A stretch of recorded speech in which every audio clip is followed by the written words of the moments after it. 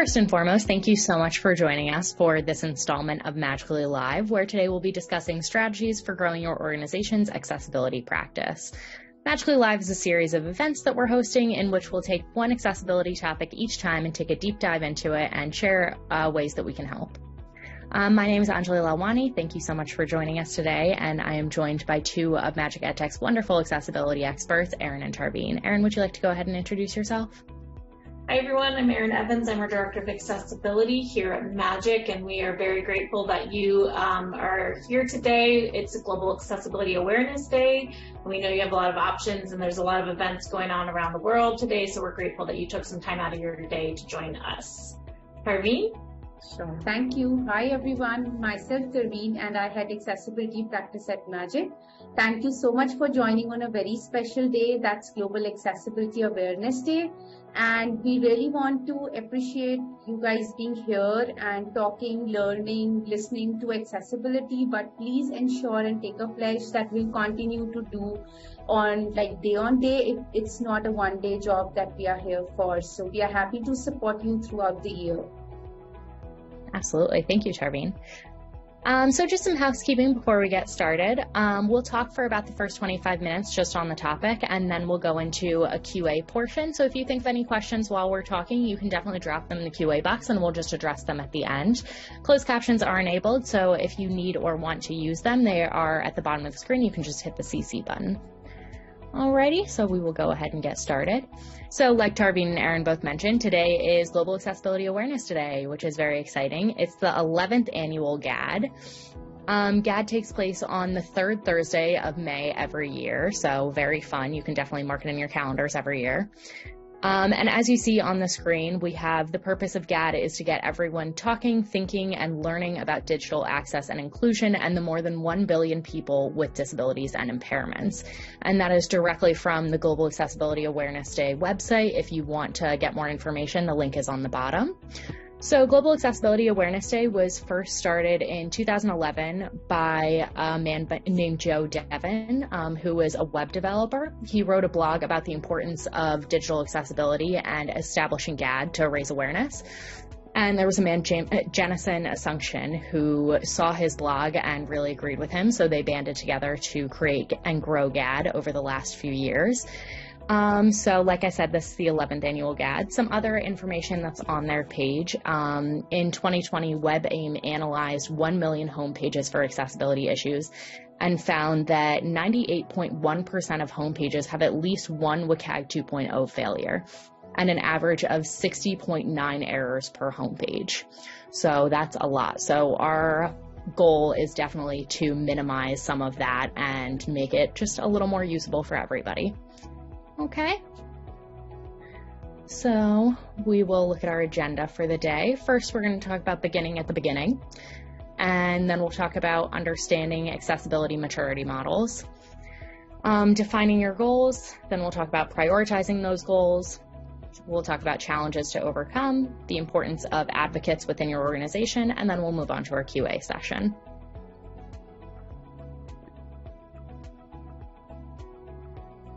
And we have a little poll to start us off. The question is, do you know your company's accessibility policy? The first option is, yes, I'm familiar with it. The second option is, no, I am not familiar with it. The third option is, I don't know if we have one. And the fourth option is, we do not have one. So we'll give you a minute to answer.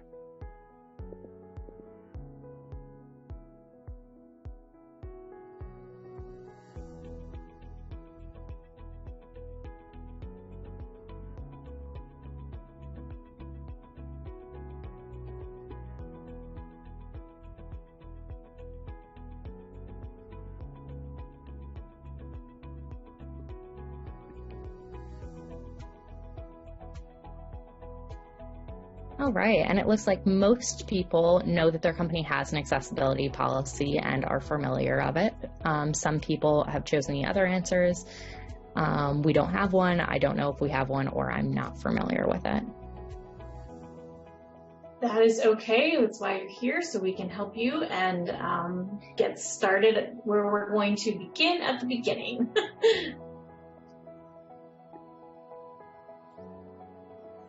Alrighty, so Tarveen, do you want to give us a little snippet about this? Yeah, sure. So while we say begin at the beginning, we have already covered this particular section many times in many of the sessions. Even in last session when we talked about shift left, that was also stating that begin at right stage.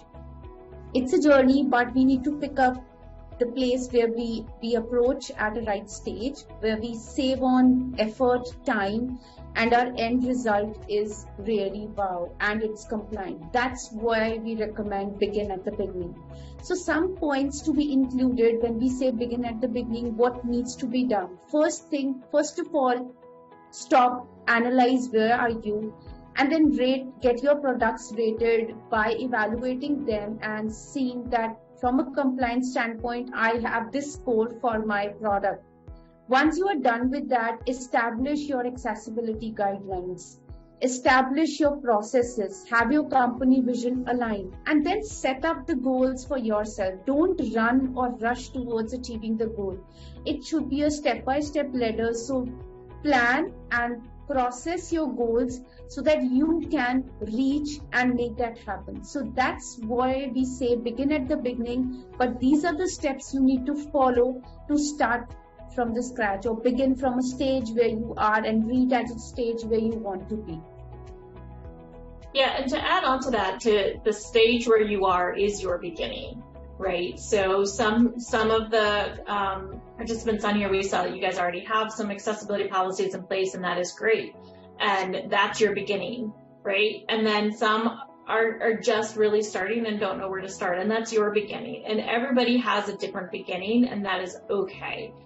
And what we're going to talk through here are the different stages that where we're starting from, where to go, and how to grow. All right. Thank you so much for that, ladies. Erin, can you talk to us a little bit about the accessibility maturity model?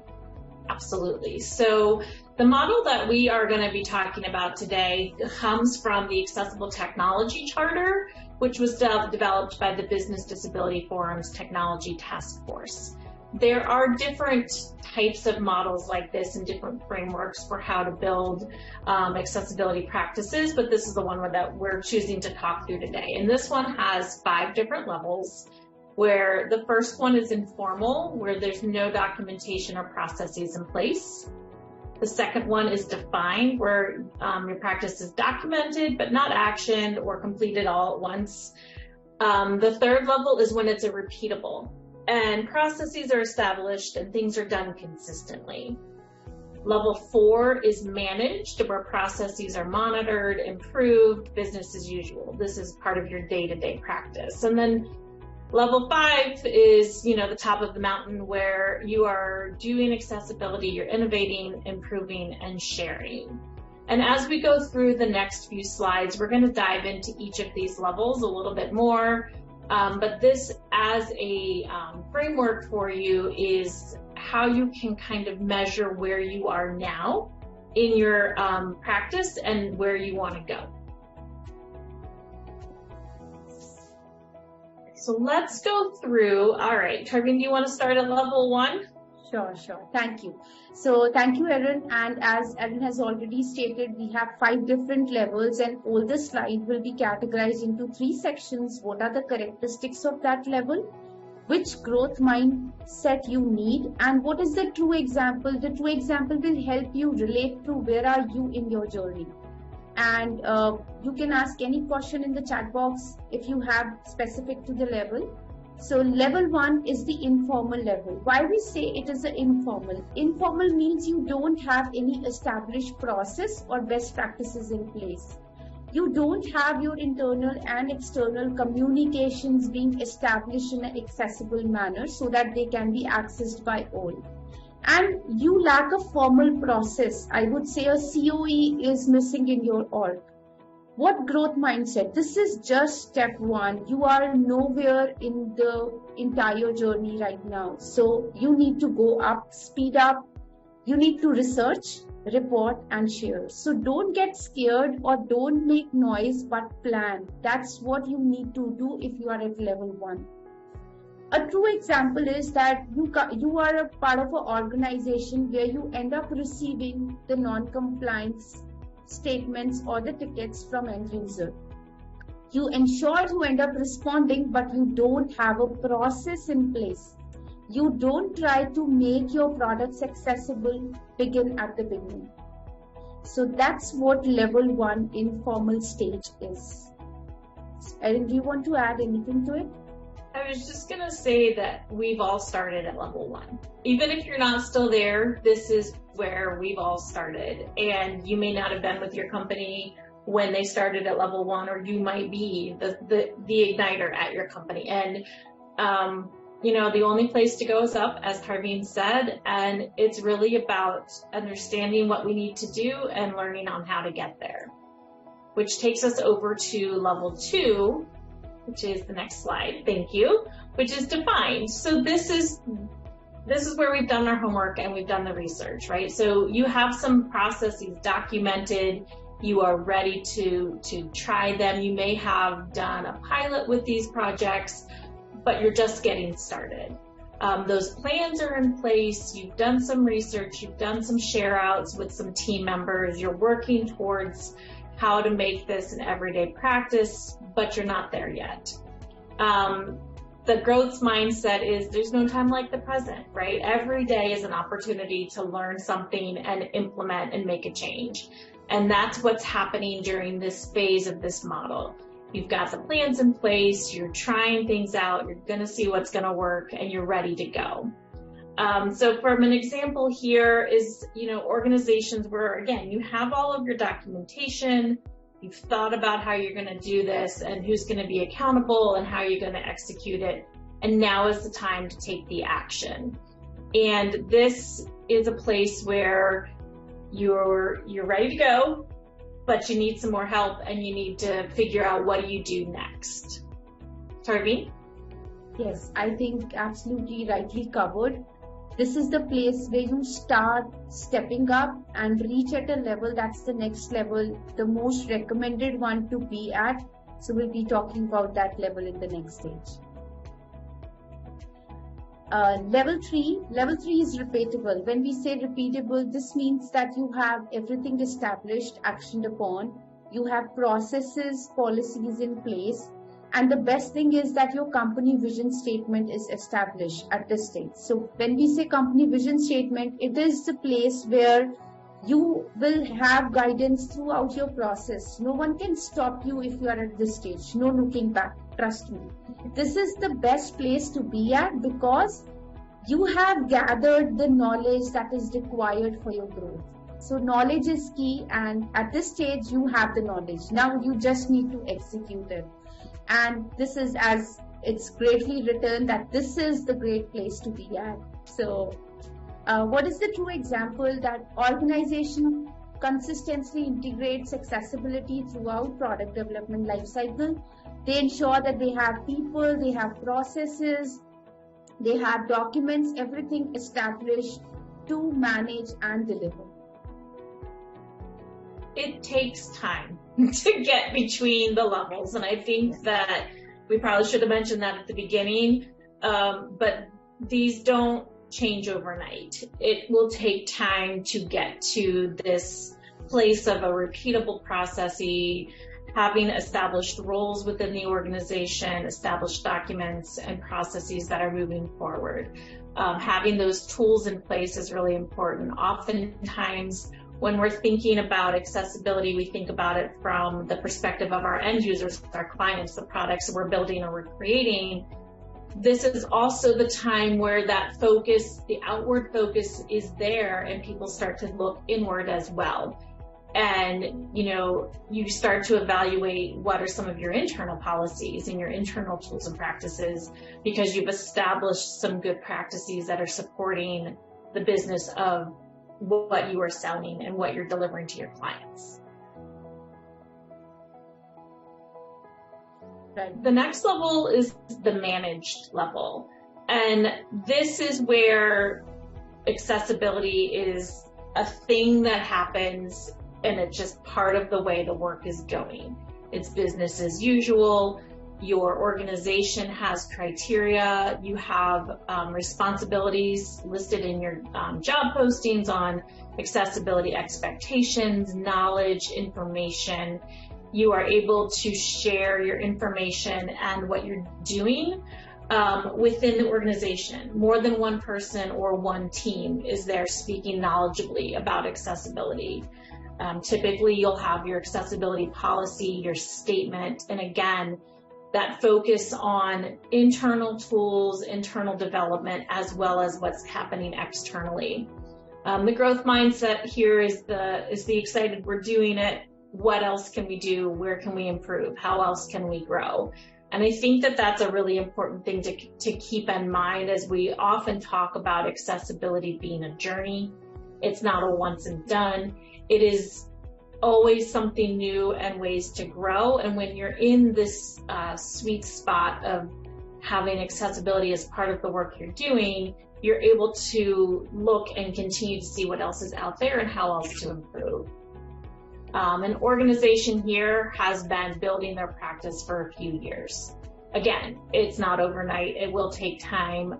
Some of the data that we have, most accessibility practices in companies that follow this model have been around for less than 7 years. So in the grand scheme of things, that sounds like a long time, but when you think about it, it's really not, and it has taken time to get to these different areas of growth.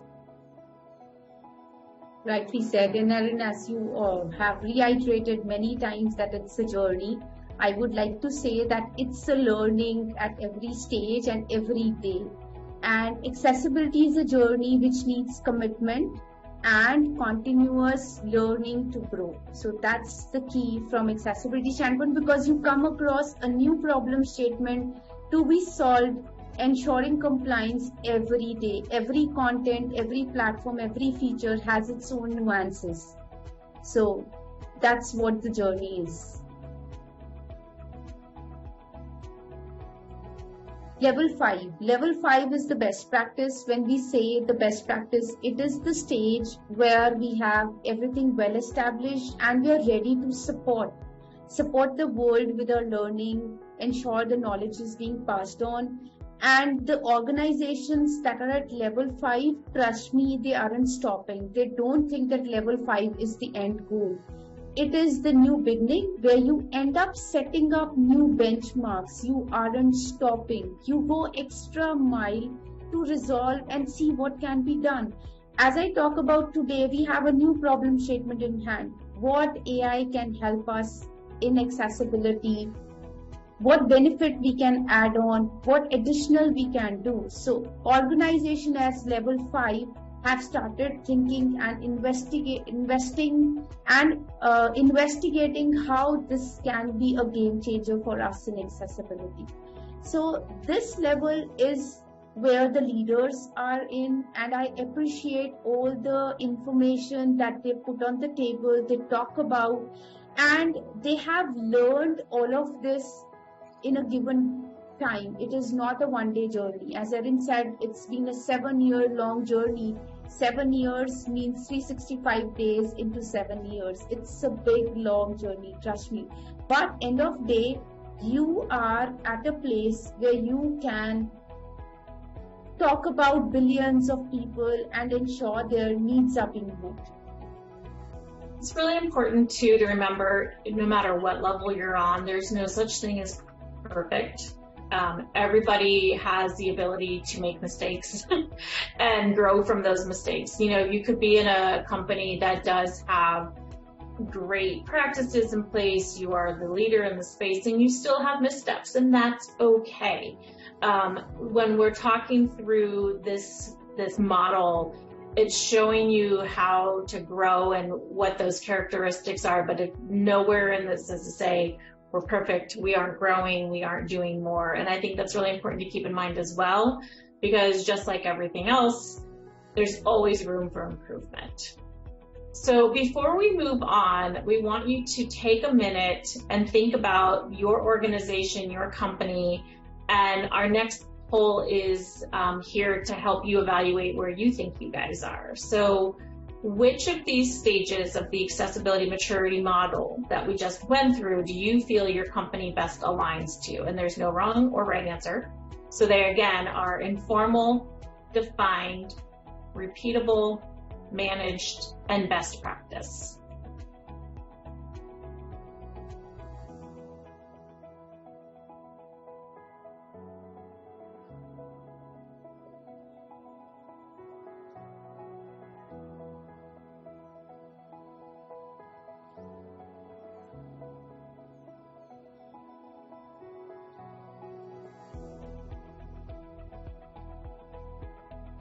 So most of you are in the defined and repeatable stage, which is perfect. And again, no right or wrong answer. We're talking about begin where you are, right? Begin at the beginning. So hopefully by looking at the different levels and understanding those definitions will help you to lay out your goals and priorities, which is what we're going to move into next.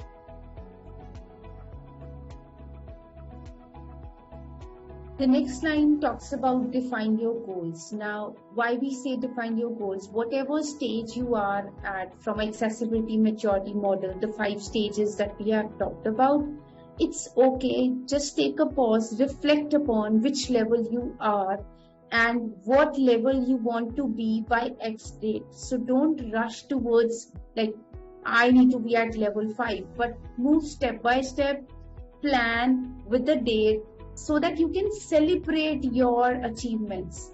It is not that level 5 is the best level to be at. Might be within your organization, reaching at level 4 is a big achievement. You have achieved 90% of your goals, which is absolutely okay. Pause and celebrate your success.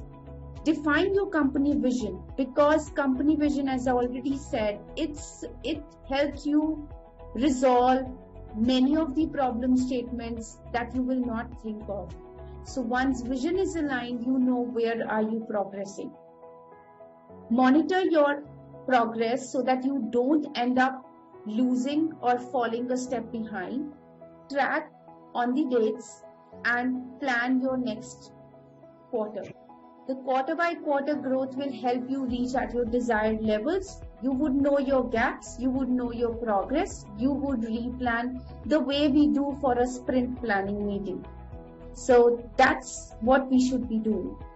And small wins are also wins. So win is a win. You should appreciate all the contribution made by your team members because they are the ones who will be contributing, going beyond their potential and helping you reach at a goal that you have established as an organization. So this level accessibility maturity model actually helps you deliver, transform, and be leaders. Absolutely. Thank you for that, Charveen.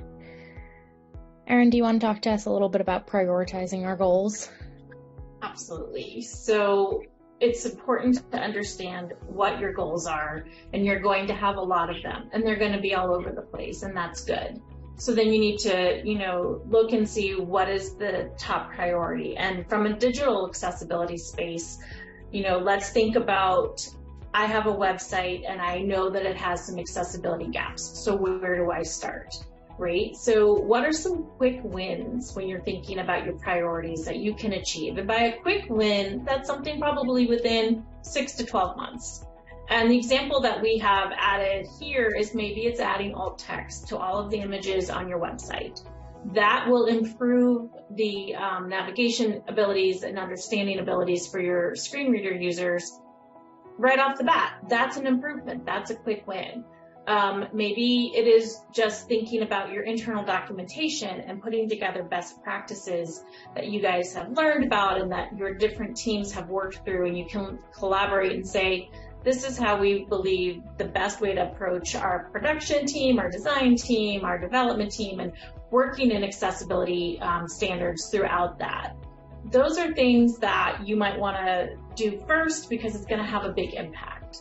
And then you want to start looking out for your 3-year window, your 5-year window, maybe it's your 7-year plan. 7 years now seems like a long time. In 7 years, my son, who's in 5th grade, will be a senior in high school, and I'm not ready for that, right? So that's a long time from now.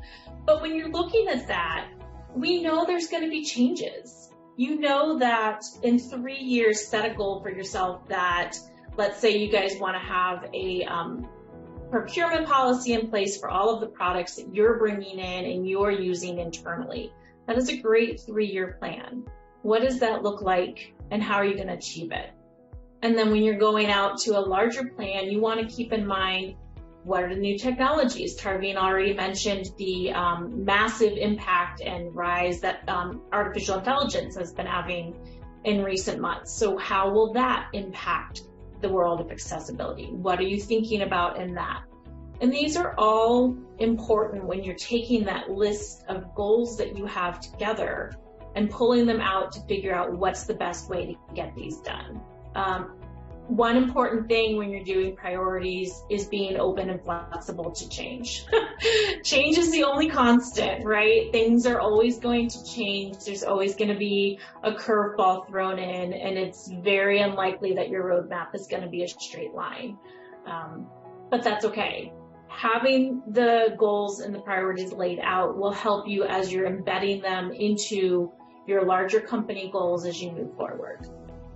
Tarveen, is there anything you would like to add to that?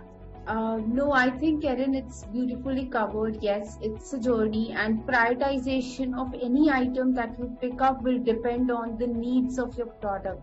So once you evaluate and come across what is the percentage of non-compliances, what are the key blocker or critical issues, and what needs to be picked up first will help you prioritize and move towards a journey.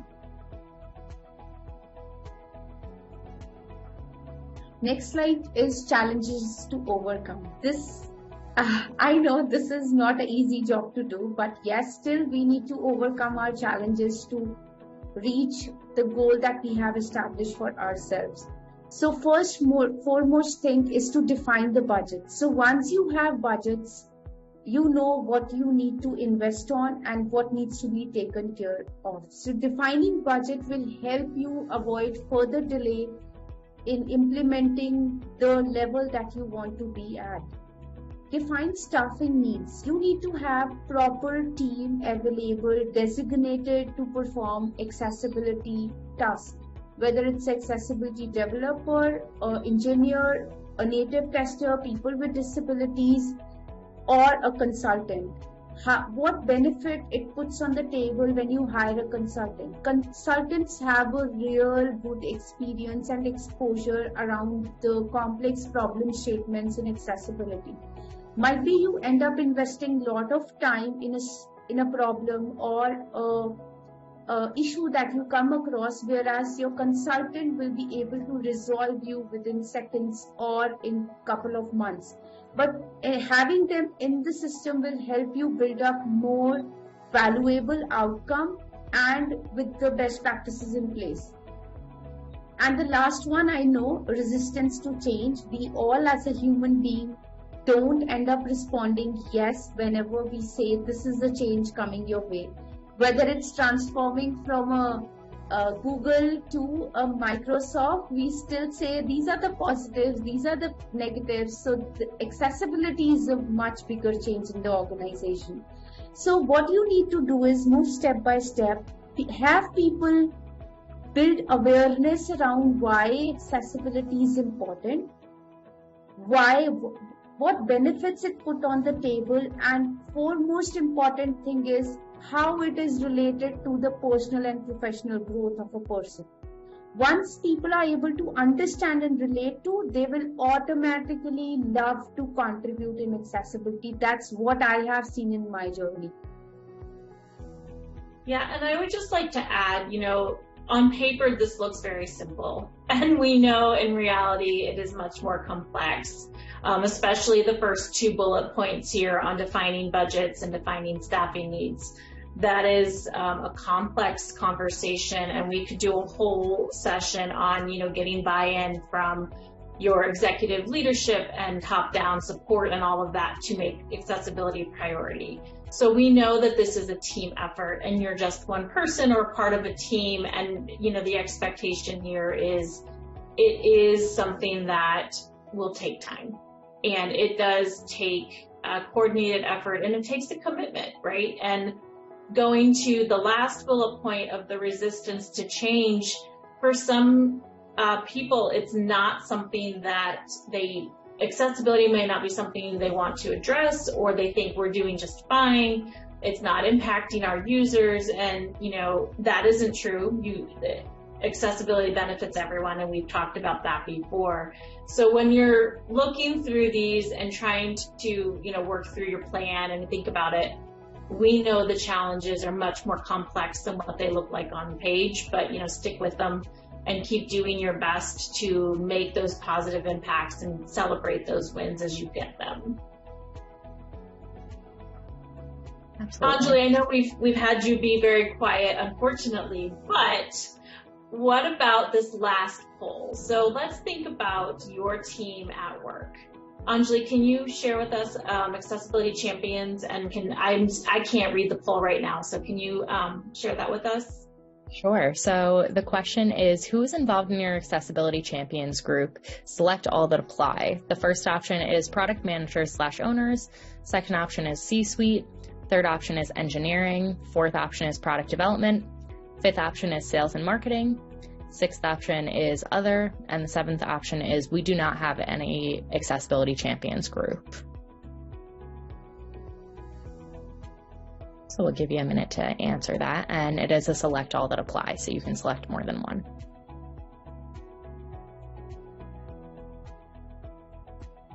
It's a single choice, Anjali. Oh. Yeah, I am so sorry. My bad. No worries. It's a single choice. No worries. We just like to make it confusing for everybody. It's more fun that way. Keeps you on your toes. Right?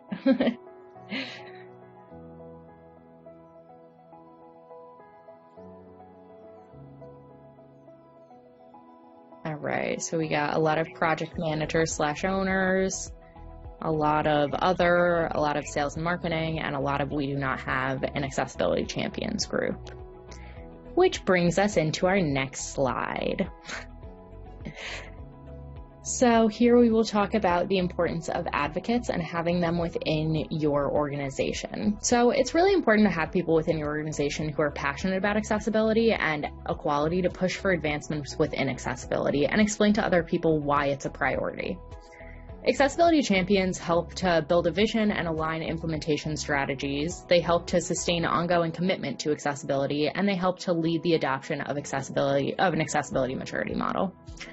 And when you're looking at doing this, you're really aiming to design for all users. So you want to provide the same means of use for all users, identical whenever it's possible, but sometimes it's not possible. So you want to give an equivalent option. You want to avoid segregating or stigmatizing any users. Basically just give them equal opportunity, give them all of the resources that you would typically give any other user. Provisions for privacy, security, and safety should all be available to users, and you should make the design appealing to all users. So it's also really important for advocates and champions to expand their knowledge on the subject by becoming more involved in accessibility advocacy. So this can happen in a lot of ways. It can happen in webinars like what we're doing here, or events, things like that. Meetup groups are really great opportunities to network and to find out more information about accessibility. And then you can also read personal stories. There are a lot of stories out there about people who have disabilities who have experienced barriers within digital or the physical world. So I think that reading those kinds of things really give you a better perspective of those struggles that someone may encounter. And as a company, perhaps consider including accessibility roles or knowledge of standards within your job descriptions. That would definitely help expand any accessibility practices. And it might be, I think I heard some of the participants, your company doesn't currently have an accessibility champions group. That's okay. So where do you start? You start at the beginning, right? Talk to the people around you to see if they would be interested in learning more about accessibility and going on this journey with you. Talk to leadership and say, hey, I would like to volunteer to do some of this and do some of this advocacy that I'm already involved in, and I want to help to spread the message internally, and what can we do to support others? And, for every one person that you are, and you talk to one person, right now you've doubled your group of advocates, right? So I have 2 advocates, myself and somebody else. And then if that advocate goes and gets another advocate, now we have 3. And it's going to be an organic process, and it can also be a structured process. There's a lot of different ways that your organization can approach having these advocates. And, you know, even if it's not within your role, or if it's not something that you feel is your full-time job, being there to support others who are taking on that role is also really important, because it's really about learning, sharing information, and supporting each other as we move forward to make things better for everyone. Absolutely. Alrighty, and now we are at our Q&A session. Let's see, I don't think anyone has dropped any questions yet, but you can feel free to use that Q&A box and drop any questions that you have about what we've talked about today, or GAAD, or anything in that realm.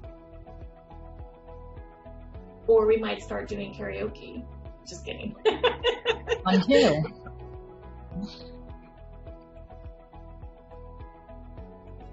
I think it was a simpler topic to be picked up, and how we streamline the slides and everything. From a query standpoint, I think people usually end up talking on the processes and technical part. But still, if anyone has any specific query, they can drop in the chat box, or they can send us an email if they are struggling to reach or a level that they have planned to. We are happy to support you in your journey. So we have first question in place.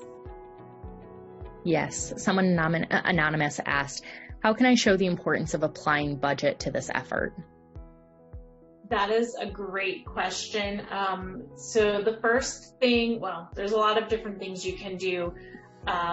Understanding your users, any user data that you have, if you have already received any inquiries or complaints that say this is a barrier for me, and then how was that resolved?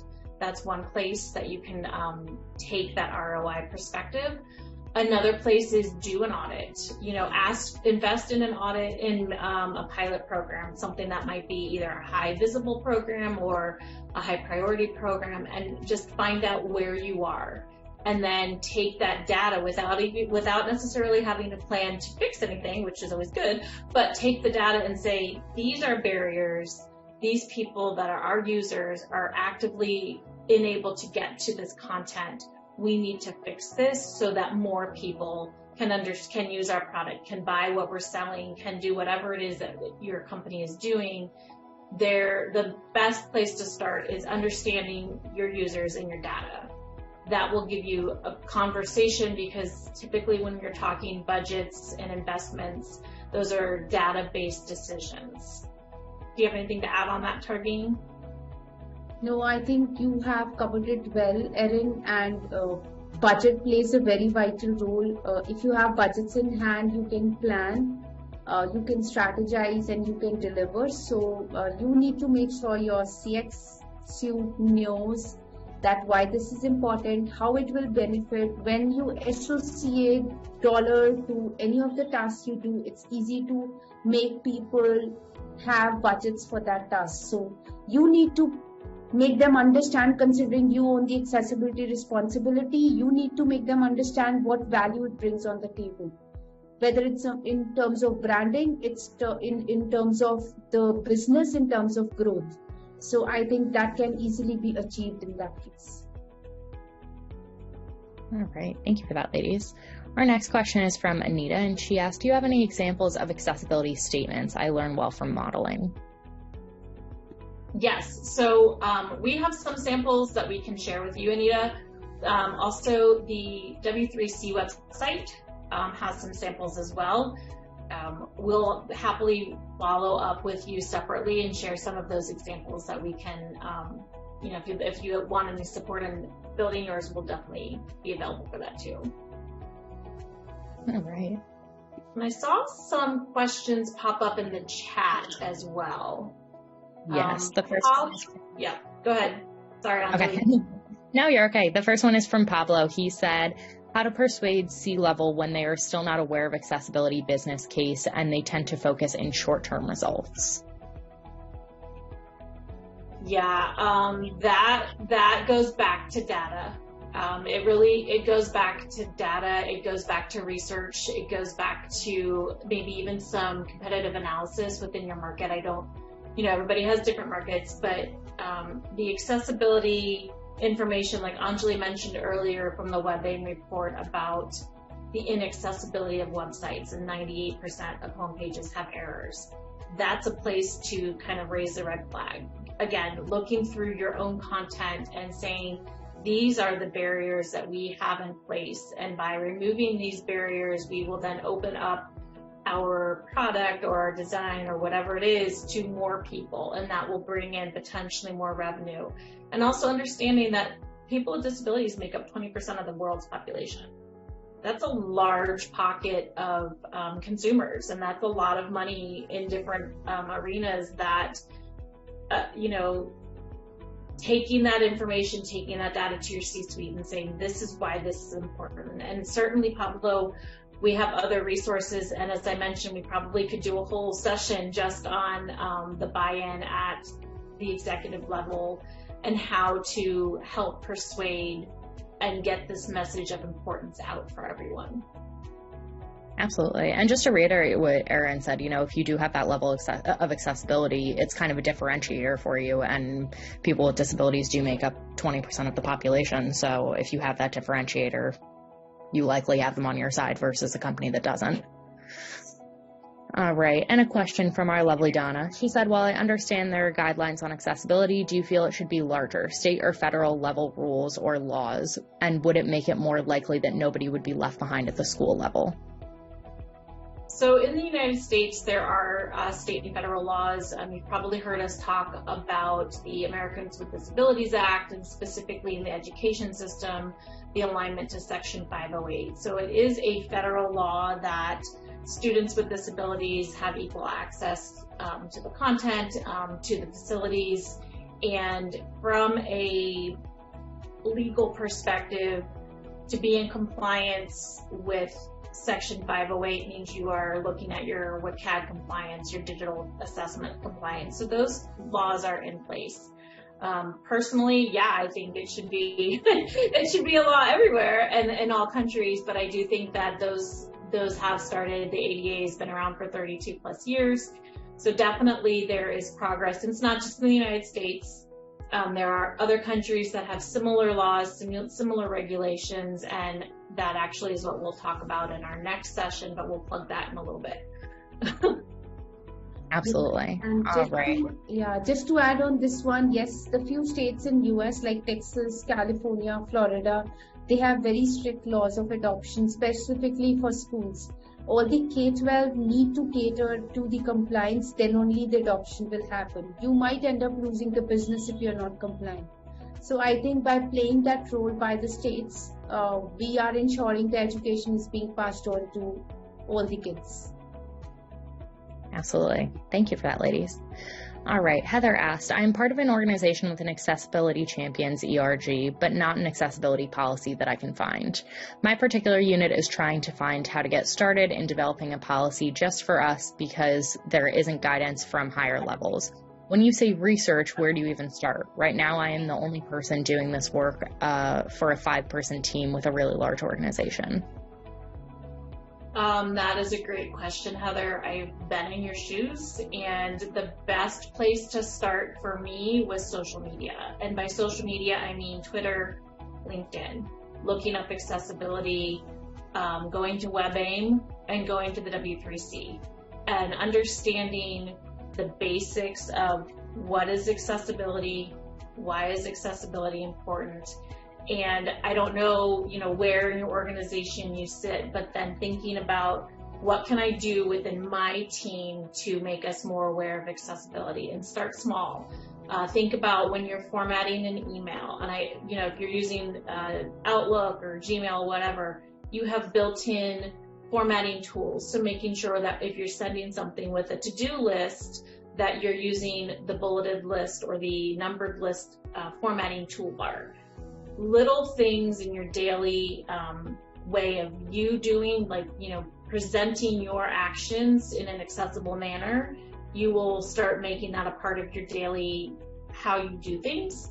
And then that is something that you're modeling for others, and your team is going to pick up on that. And then it's an iterative process. It will take time. And then when you are looking in those communities, in those websites, in the LinkedIn on accessibility and all of that, you're going to see tips and tricks and information from a bunch of different advocates out there.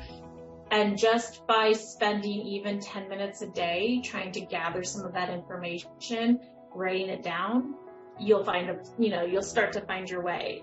Separately, because this is work that we have done, we're also willing to help. If there's anything we can do, please reach out to us at the accessibility at MagicEdTech email, and we will reach out to you and see where we can support. Yes, and as we have stated in the levels itself, and when you were defining your goals, try to partner with the accessibility consultant because they have more experience and exposure, and they can help you establish this. Absolutely. All right, we got a few more questions in the question box. Teresa asked, do you have any experience with establishing digital accessibility policy in government at the local county level? Central IT doesn't have the authority to make all agencies and departments adhere, especially those that have their own IT staff. So I'm not a lawyer, and I don't play one on TV or in webinars. I think it's important to, yes, we have experience, but it's a complex, nuanced way to navigate, especially when you're talking about governments. So for that, Teresa, I would recommend that you please reach out to us separately, and we can talk afterwards on some best practices on that. Awesome. All right, JT asked, are there any examples of accessibility auditing services that test human both desktop and mobile accessibility?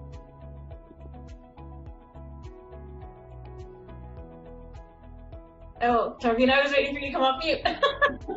No, Erin, I'll let you answer this. There are a lot of automated accessibility tools that are available out there that are free of charge, and that is a good place to start. Some of those, the AxDev tool, there is the Wave tool, there's Web Developer through Google. There's a couple of different tools out there. That's a good place to start on your desktop. When you're working in a mobile environment, definitely using screen readers is a good way to test the mobile accessibility. Tarveen, for the mobile automated testing, are there any tools that you're aware of aside from human intervention? I think, Erin, if I read through the question again, I am a little confused. That's the reason I wasn't able to answer, and I passed it on to you. It says that, are there any examples of accessibility auditing services that test human, both desktop and mobile accessibility? Steve, can you just elaborate more for me to answer it better? What is the exact requirement? I think Erin covered from the automation standpoint, and for mobile, we have different tools for iOS. If we have the source code, we can easily test it, but still I want you to elaborate it more for me to answer it better. Alrighty, I'll mark that as done until we get some clarification on that. Barry asked, what do you feel on public-facing versus non-public-facing digital accessibility goals? There's a lot of focus on public content, but I feel non-public/internal content gets the short end of the stick. I'm trying to create a plan where both facets need to claim a win, so to speak. So, Barry, that is a really great question. I think that when we're talking about accessibility and what those goals and statements and policies are, I think the internal policies are equally as important as your external policies. I also know that it takes time to do both. And oftentimes, we were talking earlier about budget and time, and the priority is on customer-facing elements. That said, it is super important to consider your employees, to consider how things are working internally, that you're sharing communications internally to be accessible, that your marketing internally is accessible, everything that you do. And the reason for that, aside from it being the right thing to do, is that there are oftentimes that people do not disclose disabilities. So you may not know that somebody has a disability, and if you're not being as acceptable as you can be when you're doing internal conversations and internal policies, then you could inadvertently be leaving out your own employees. So I think it is an ongoing process. It is a priority and it is important. And I think as an organization, you have to figure out where do you start and what can you reasonably tackle within that short, medium, and long-term plan. Absolutely, thanks. Pamela, I see your question about the session being recorded. Yes, it will be recorded, and we will share out the recording afterwards. JT clarified a little bit, and he said, are there any examples of accessibility auditing services that use humans to test both desktop and mobile accessibility? Yes, JT, there are various organizations, and we are also one of the service-based organization that ensures that we have experts who are certified CPA/CC, CPWA, ADS to test, along with experts with disabilities. We have different people with disabilities in-house. So whenever you try to have a partnership with a service-based company who offer the human testing, please ensure you test the credentials, have them validated, and they should be well aware of all the processes, guidelines, and ensure to include that they have good experience in drafting the VPAT reports, because the final outcome of your product needs to be a VPAT report. Beautiful. All right, and Barry also said, also remember section 508 references a government law. The government needs to abide by it, as do any entities wanting to do business with the government. But this is a subset and different than general digital accessibility, which applies to all as best practice.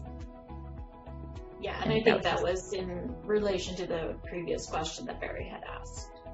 Absolutely. All righty. Okay, so that seems to be all of the questions that we have for right now. Do we have any last minute questions? We don't, but I do want you to know that our next MagicA11y Live session will be on Thursday, June 27th, because we're hitting summertime, so people are in and out. And in that session, we are going to be talking about some industry updates, some of the updates that are coming out with WCAG, where they pushed those back, and a couple of other laws and regulations that are around the world. So we hope you can join us. That will be, again, June 27th at 11 a.m. Eastern Time.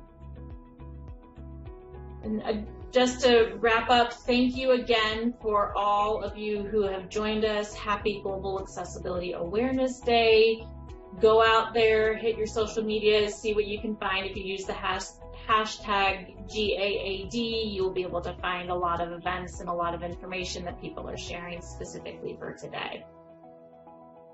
Thank you, everyone. Thanks for coming and attending this session. Thank you for joining us. Thank you. Thanks, everyone. Bye all.